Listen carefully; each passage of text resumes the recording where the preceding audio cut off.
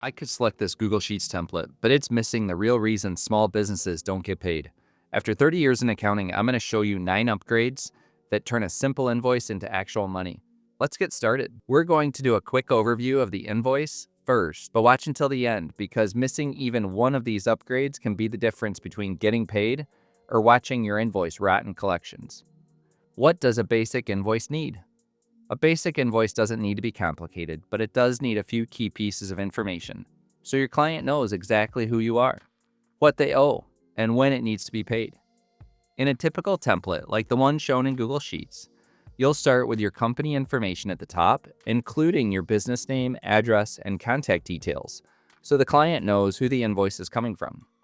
Next, the invoice should clearly say invoice and include the date the invoice was submitted, along with a unique invoice number that helps both you and the client track the payment later. The middle section usually identifies who the invoice is for and who should pay it, along with any relevant project name and a clearly listed due date, so there's no confusion about payment timing.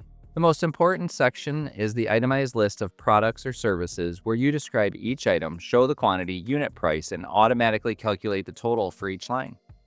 Finally, a basic invoice should summarize the charges with a subtotal, any taxes, adjustments, or discounts, and the final total amount due. When these elements are clearly organized, even a simple invoice like this one communicates invoice basics. Now that we have a general understanding of the elements of an invoice, let's continue with how do you create an invoice register in Google Sheets to track payments?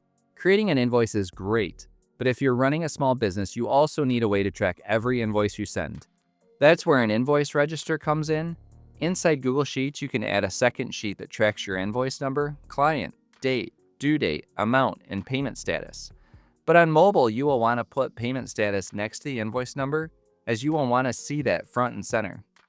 And for when you're not getting paid, add this days past due column to know quickly how late payments are. Every time you create an invoice, you add one row to this register so you instantly see what's been sent, paid, or overdue. And because we don't want to enter data twice, we'll use formulas to pull the invoice information directly from the invoice sheet. This gives you a simple dashboard that ensures the work you've already completed actually turns into money in your bank account.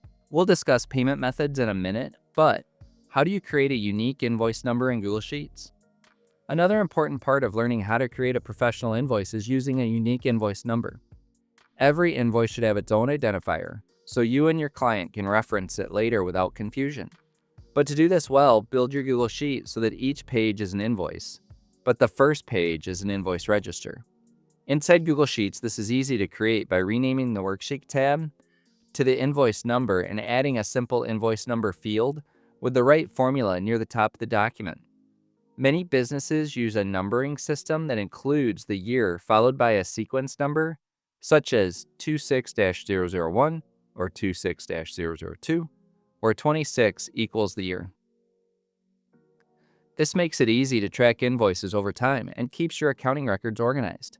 If a client contacts you months later with a question, having a unique invoice number allows you to find the exact invoice instantly in your Google Sheet invoice workbook. Now, let's keep building, and remember earlier when I said we'd add a way for clients to pay your invoice in about 5 seconds? This is where we do it. So, how do I make it easy to pay an invoice using Google Sheets? This might be the single fastest way to get paid. To get paid quickly, add a QR code directly to the invoice. Inside Google Sheets, we can generate a QR code that links to a payment page such as Venmo, PayPal, or another payment service. Here you can see me adding my Venmo account to this invoice and the QR code. When the client opens the invoice, they can simply scan the QR code with their phone camera, and it will take them directly to the payment page. Scan my QR code now and make a payment. See how this removes friction from the payment process and can dramatically speed up how quickly you get paid. I can't imagine anybody's going to send me a payment, but you can't blame a guy for trying. The benefit to QR codes is that you can also send them to a payment portal on your website or just a payment methods page for more details. Later, we'll tell you how you can get a copy of this template, but before we continue, is adding the QR code to your invoice a great idea? Yes? Then subscribe today for weekly content showing you how to build useful systems in Google Sheets for your small business to run on your phone like this one. It's nice to request payment, but maybe more importantly, The next two items communicate the consequences of not getting paid. How do you add payment terms to an invoice? Another important step when learning how to create a professional invoice is including clear payment terms. Payment terms explain what happens if the invoice is not paid by the due date. Many businesses include a short statement explaining their late payment policy or additional fees. But you want to get paid fast, so don't extend terms. As you see here, put in a note near the amount due that states payment due upon receipt or within 7 days. But payment terms alone rarely motivate someone to pay quickly. That's why this next question matters. What terms and conditions should be on an invoice? When creating an invoice in Google Sheets, the Terms and Conditions section is where you clearly communicate the expectations around payment, so there are no surprises for you or your client. At a minimum, most small business invoices add to the payment terms what happens if the invoice is paid late. This section can also explain acceptable payment methods, whether there are late fees or interest charges, and any policies related to disputes or refunds. The goal isn't to write a long legal contract. It's simply to make sure the client understands when payment is expected and what the consequences are if payment is delayed. Having these terms written directly on the invoice can help prevent misunderstandings and gives you a clear reference point if you ever need to follow up on unpaid work. Of course, every business situation is different, so this example is for general informational purposes only, and it's always a good idea to consult with an attorney to make sure your terms and conditions fit your specific situation and local laws. But before you make that call to an attorney, and before our next question, use Gemini AI to get good ideas of terms and conditions catered to your situation for an efficient conversation. But even better, if you need help with prompts, let me know in the comments below and I can share some that I use. Because everything we're building here is inside Google Sheets, which is part of Google Workspace, you might be ready for an upgrade.